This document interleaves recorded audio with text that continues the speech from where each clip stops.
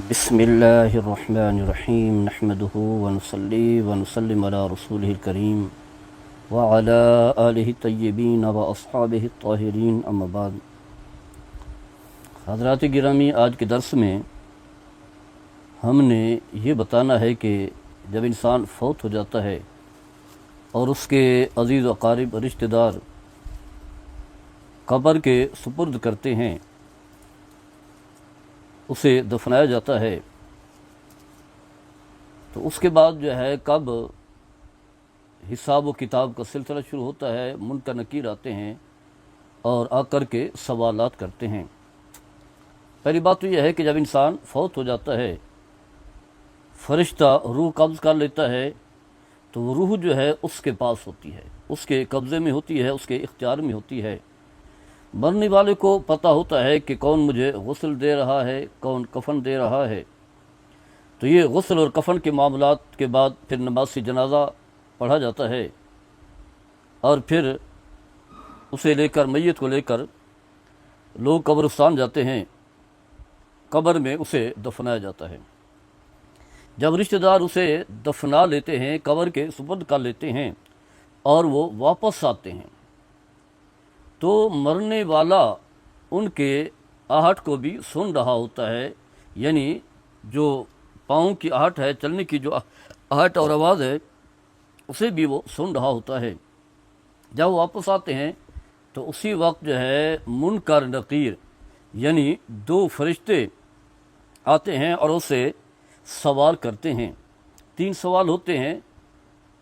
بعض نے دیگر سوالوں کا تذکرہ بھی کیا ہے، لیکن صحیح حدیث سے جو ثابت ہے وہ 3 طرح کے سوالات ہیں۔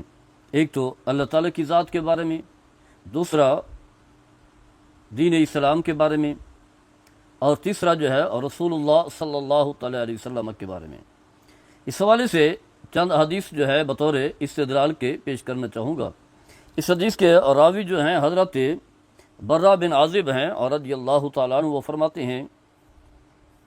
کہ ہم رسول اللہ صلی اللہ تعالیٰ علیہ وسلم کے ساتھ کسی انصاری آدمی جو فوت ہو چکے تھے، ان کے جنازے میں نکلے۔ جب ہم قبر پر پہنچے، یعنی جنازہ پڑھنے کے بعد دفنانے کا مرحلہ آتا ہے، قبر کے سپرد کرنے کا مرحلہ آتا ہے، تو ابھی لحد جو ہے تیار نہیں ہوئی تھی، قبر پوری تیار نہیں ہوئی۔ رسول اللہ صلی اللہ تعالیٰ علیہ وسلم وہاں بیٹھ گئے، اور آپ کے ارد گرد ہم سارے صحابہ اور رضوان اللہ تعالیٰ اجمعین بھی بیٹھ گئے، خاموشی کے ساتھ ایسے بیٹھے گویا کہ ہمارے سروں کے اوپر پرندے موجود ہیں، یعنی پورا ادب۔ امام الانبیاء حضرت محمد مصطفیٰ صلی اللہ تعالیٰ علیہ وسلم موجود ہیں، تو ادب جو ہے وہ ضروری ہے، پورے ادب کے ساتھ بیٹھے ہوئے ہیں۔ گویا کہ آپ صلی اللہ تعالیٰ علیہ وسلم کے ہاتھ میں ایک لکڑی تھی جس سے آپ زمین کو کورید رہے تھے، اور پھر آپ صلی اللہ تعالیٰ علیہ وسلم نے اپنا سر مبارک اوپر اٹھایا اور آپ نے 2 یا 3 مرتبہ آپ نے ارشاد فرمایا کہ اللہ کی پناہ مانگو عذاب قبر سے، عذاب قبر سے اللہ کی پناہ مانگو، یعنی اپنے آپ کو اللہ کی پناہ میں پیش کرو عذاب قبر سے۔ اسی طرح اسی کے تحت جو ایک اور روایت میں آتا ہے کہ 2 فرشتے مرنے والے کے پاس آتے ہیں، یعنی وہی جنہیں ہم منکر نکیر کہتے ہیں، بڑی خوفناک شکل والے ہوتے ہیں، اور اسے بٹھا دیتے ہیں۔ یعنی پہلے تو وہ لیٹا ہوا ہوتا ہے، جب وہ آتے ہیں تو اسے بٹھا دیتے ہیں، پھر اس سے سوالات کا سلسلہ شروع ہوتا ہے، وہی جو عالم برزخ کے معاملات ہیں، جزا اور سزا کے، حساب و کتاب کے۔ تو پہلا سوال یہی کرتے ہیں کہ مر رب کا، تمہارا رب جو ہے کون ہے؟ تو واضح ہے کہ اگر تو وہ نیک اور صالح آدمی ہے، یعنی وہ کہتا ہے کہ ربی اللہ، میرا رب جو ہے وہ اللہ ہے۔ اس کے بعد دوسرا سوال کرتے ہیں ما دینوں کا، تمہارا دین کیا ہے؟ تو وہ جواب دیتا ہے دینی الاسلام، میرا دین دین اسلام ہے۔ اور پھر پوچھتے ہیں کہ یہ ہستی کون ہیں جو تمہارے ہاں بھیجے گئے؟ مختلف اقوال ہیں جو یہاں تشریف فرما ہیں، یا اس ہستی کے بارے میں تمہارا کیا عقیدہ ہے؟ تو کہتا ہے کہ یہ رسول اللہ صلی اللہ تعالی علیہ وسلم ہیں۔ وہ پوچھتے ہیں کہ تمہیں یہ کیسے معلوم ہوا؟ تو جواب دیتا ہے کہ میں نے اللہ کی کتاب میں پڑھا، اس پر ایمان لایا اور اس کی تصدیق کی۔ پھر اس کے بعد جو ہے جب یہ سارے سوالوں کا جواب دے دیتا ہے اللہ کے بارے میں، دین اسلام کے بارے میں اور رسول اللہ صلی اللہ تعالی علیہ وسلم کے بارے میں، تو پھر اسے کہا جاتا ہے کسی آواز، یعنی اللہ کی طرف سے ایک آواز دینے والا آواز لگاتا ہے کہ میرے بندے نے سچ کہا، اس نے جو بات کی ہے وہ سچ کی ہے۔ پھر اس کے لیے جو ہے جنت کا بستر جو ہے بچھا دو، اس کے لیے جنت کا حکم ہوتا ہے کہ جنت کا بستر بچھا دو اور اس کے لیے جنت میں ایک دروازہ کھول دو اور اسے جنت کے کپڑے جو ہے اسے پہنا دو۔ فرمایا کہ جنت کی ہوا اور خوشبو اس کے پاس آتی ہیں اور اس کی قبر جو ہے تا حد نظر وسیع اور کشادہ کر دی جاتی ہے۔ اس میں جس بات کو واضح کیا گیا ہے وہ یہ ہے کہ زندگی میں جو انسان اعمال صالح کرتا ہے تو اعمال صالح کی برکات اسے عالم برزخ میں قبر میں ملنے لگ جاتی ہے۔ حالانکہ دیکھنے میں ایک چھوٹی سی جگہ ہے، معمولی سی جگہ ہے، لیکن اعمال کا سیلہ جو ہے وہاں ملتا ہے۔ یعنی انسان جو زندگی میں نیکیاں کرتا ہے تو اس کی برکات جو ہے اسے قبر سے ملنا شروع ہو جاتی ہے۔ قبر جو ہے جنت کے باغوں میں ایک باغ بن جاتی ہے اور پھر جو ہے وہی جنت کا لباس، جنت کی خوشبو، یہ ساری چیزیں اسے میسر آ جاتی ہیں اور دیکھنے میں جو ایک معمولی سی جگہ نظر آتی ہے لیکن وسیع ہوتی ہے، تا حد نظر جہاں جہاں اس کی نظر جاتی ہے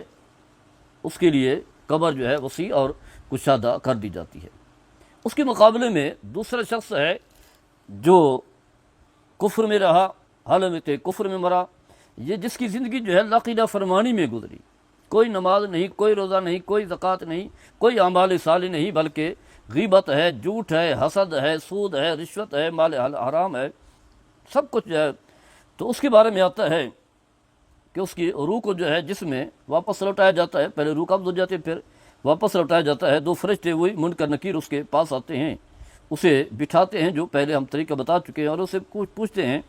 کہ مر ربو کا، وہی سوالات کا سلسلہ کہ تمہارا رب جو ہے وہ کون ہے؟ تو کہتا ہے کہ ہے میں نہیں جانتا، کیونکہ اللہ کا منکر تھا، کافر جو ہوا۔ کافر کا معنی یہی ہے کہ اللہ کو نہ مانے، یا اسی طرح جو ہے جس کی زندگی جو ہے بدی میں، گناہ میں، فسق و فجور میں، اللہ کی نافرمانی میں گزری، کبھی اللہ کی طرف لوٹ کر کے نہیں آیا، اس کے احکام کو بجا نہیں لایا، تو کیسے پہچان سکتا ہے؟ تو وہ کہتا ہے کہ مجھے تو کچھ معلوم نہیں ہے۔ وہ کہتا ہے کہ ہے میں نہیں جانتا۔ وہ کہتے ہیں کہ یہ آدمی کون ہے جو تم سے بھیجے گئے، یعنی رسول اللہ علیہ وسلم کے بارے میں کہتا ہے مجھے بھی معلوم نہیں ہے۔ اور اسی طرح جو ہے تیسرا سوال جو ہے دین کے بارے میں بھی وہ کچھ نہیں جانتا۔ تو پھر آسمان کی طرف سے جو ہے وہی ندا ہوتی ہے، منادی کرنے والا ندا کرتا ہے کہ اس نے جھوٹ بولا ہے، اس کے لیے آگ کا بستر جو ہے بچھا دو اور آگ کا لباس پہنا دو اور جہنم کا ایک دروازہ جو ہے اس کی قبر میں کھول دو۔ اور پھر فرمایا کہ جہنم کی گرمی اور گرم ہوا جو ہے اس کے پاس آتی ہے اور اس کی قبر اس قدر جو ہے تنگ کر دی جاتی ہے کہ اس کی جو پسلیاں ہیں، انسان کی جو پسلیاں ہیں ایک دوسرے کے ساتھ جو ہے پیوست ہو جاتی ہیں۔ ایک روایت میں یوں بھی آتا ہے کہ اس پر جو ہے ایک اندھا بہرا فرشتہ جو ہے، جو کسی کی اندھا بہرا یعنی کسی کی فریاد آو بکا جو ہے وہ نہیں سنتا، کون کتنا رو رہا ہے، کتنا آو بکا کر رہا ہے وہ نہیں سنتا، مقرر کر دیا جاتا ہے وہ فرشتہ۔ اس کے پاس ایک لوہے کا ایک ایسا کرد ہوتا ہے جو اگر پہاڑ کے اوپر جو ہے مار دیا جائے تو پہاڑ بھی جو ہے ریزہ ریزہ ہو جائے، اتنا سخت ہوتا ہے۔ وہ گرد اس کے مردے کو جو ہے، اس مرنے والے کو جو ہے مارتا ہے،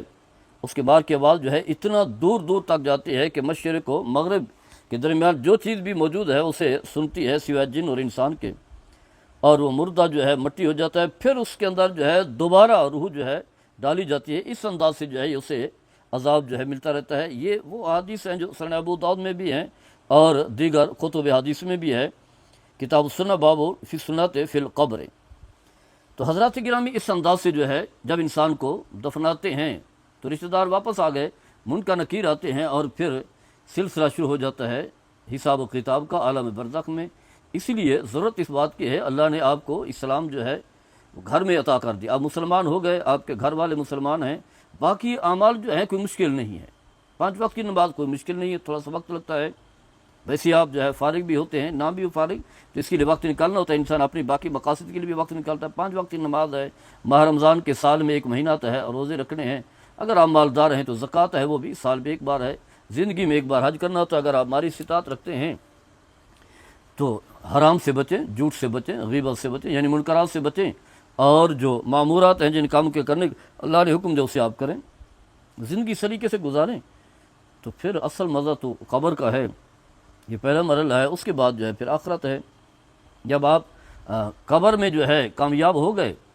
تو پھر آخرت میں بھی کامیاب ہے، کیونکہ یہ پہلا پیپر ہے، یہ پہلا ٹیسٹ ہے، یہ پہلا امتحان ہے، یہ پہلی گھڑی ہے، پہلی منزل ہے، فرمایا جو اس میں کامیاب ہو گیا وہ آخرت میں بھی کامیاب ہے۔ اللہ تعالیٰ ہم سب کو عمل کرنے کی توفیق عطا فرمائے۔ وما علیہ الا البلاغ المبین۔